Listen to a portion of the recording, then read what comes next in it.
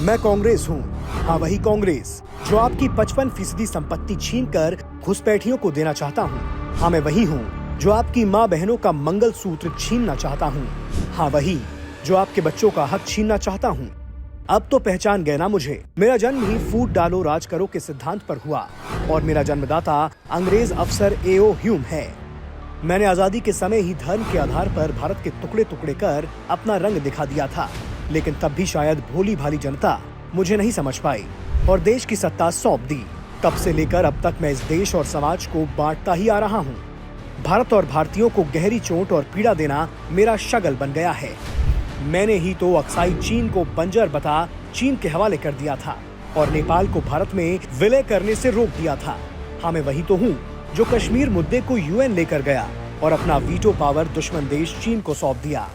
कश्मीर से हिंदुओं का पलायन, सिखों का नरसंहार, भोपाल गैस त्रासदी और आपातकाल तो याद ही होगा। ये सब मेरी ही देन है, लेकिन मुझे इन बातों का कोई अफसोस नहीं। होगा भी कैसे?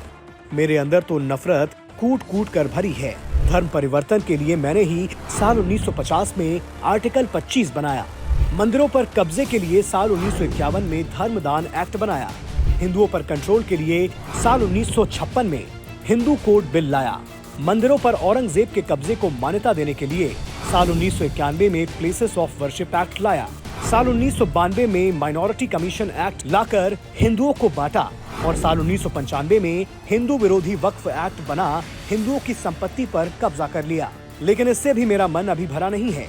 अब मेरी बागडोर गांधी नेहरू खानदान के चौथी पुश्त राहुल बाबा के पास है। मेरी तरह इनके अंदर भी हिंदुओं के प्रति नफरत कूट कूट कर भरी है। इन्होंने तो मोहब्बत के नाम पर नफरत की दुकान तक खोल ली है और अब आपकी 55% संपत्ति लेना चाहते हैं। अब तो आप मुझे समझ ही गए होंगे। मैं चाहता हूं कि मुझे एक और मौका मिले, जिससे मैं आपके उन सभी जख्मों को कुरेद कुरेद कर फिर हरा कर सकूं, जिसे मोदी जी ने भर दिया है।